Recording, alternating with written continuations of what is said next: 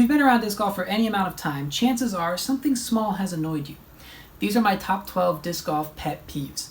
My number 12 pet peeve is litter. Easy softball, everyone hates litter. Don't leave it on the course, it makes it look trashy. Number 11, marking a basket when you hit an ace. We don't care. I've never seen somebody mark a basket and thought, wow, that guy must be really good at disc golf.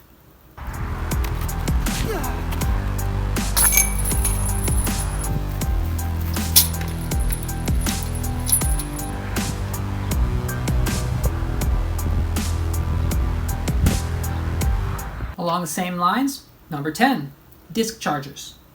They're not creative, they don't work, and what's worse is the people who take pictures of them and post them on social media. That just gives them more attention. I don't want to see them on the course, I don't want to see them on my internet either. Number 9. Now this is where I start out with some softballs. I'm kind of moving into more hot takes territory. Number 9 is slow players. These are people who take the full 30 seconds on every shot. It's within the rules, it completely follows the rules, it's just a little bit annoying.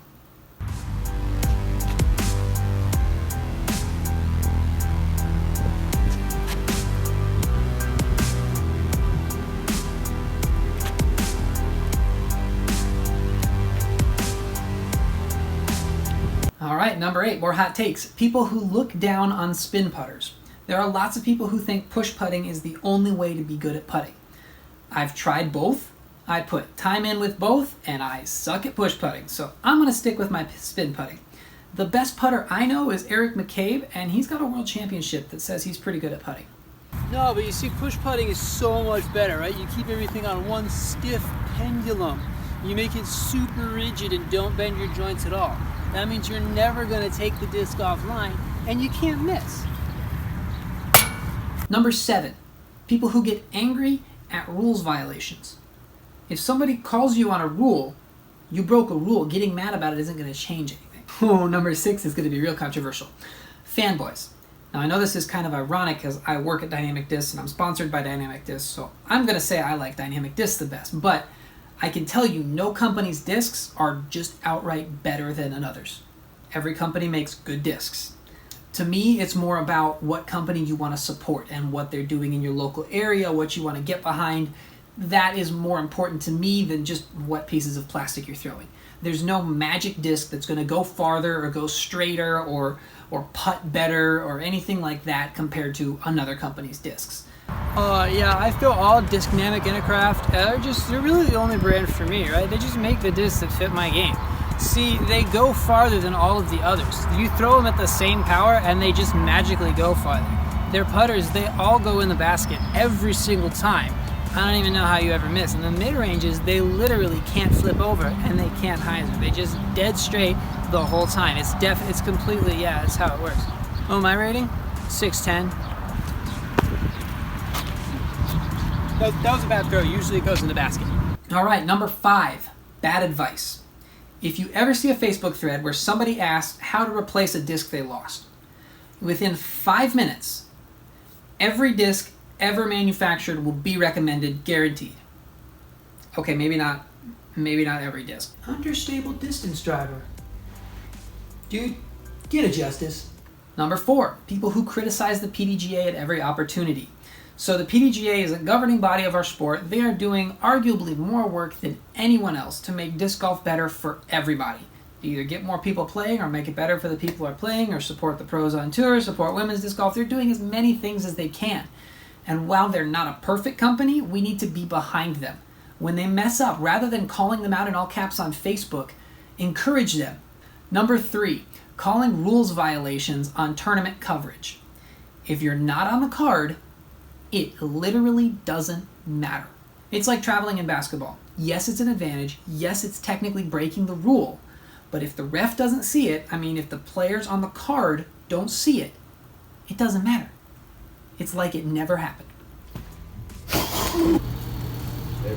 That's a foot fault. I saw it. Dixon Jowers talked about that in his On the Box podcast. I definitely recommend checking that out. It's one of my favorites. Now, this is number 2.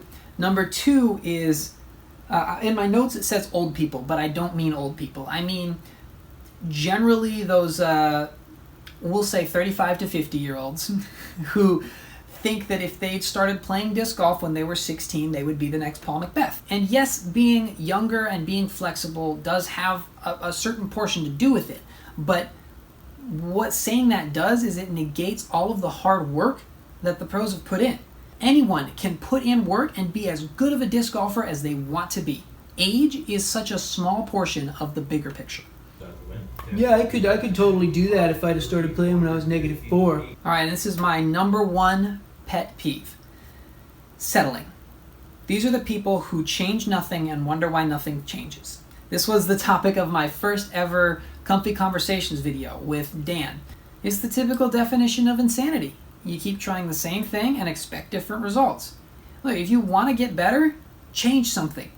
If you have, I hear this a lot, if you have a lefty backhand and a righty forehand and you're having trouble with shots that go left, learn a lefty forehand. I know it's hard. I had to learn how to throw forehand too. But disc golf is a lot easier if you have a forehand, and it's something concrete that you can do to get better. Don't settle. Don't sit with where you're at. Keep moving. Always push yourself. You can do better. You can be as good of a disc golfer as you want to be. So I hope I didn't hurt any feelings. That wasn't my intention. These are pet peeves. These are superficial, right? I play with my brother, and he fits pretty much all of these categories, and he's a great guy. I love playing with him. So these really don't matter in the grand scheme of things, but put your pet peeves in the comments. Remember, these are not things that actually are bad, right? Like murder. Murder's not a pet peeve. Murder's actually bad. But people who don't push their carts all the way into the cart corral, that's a pet peeve. Always remember, slow is smooth and smooth is far.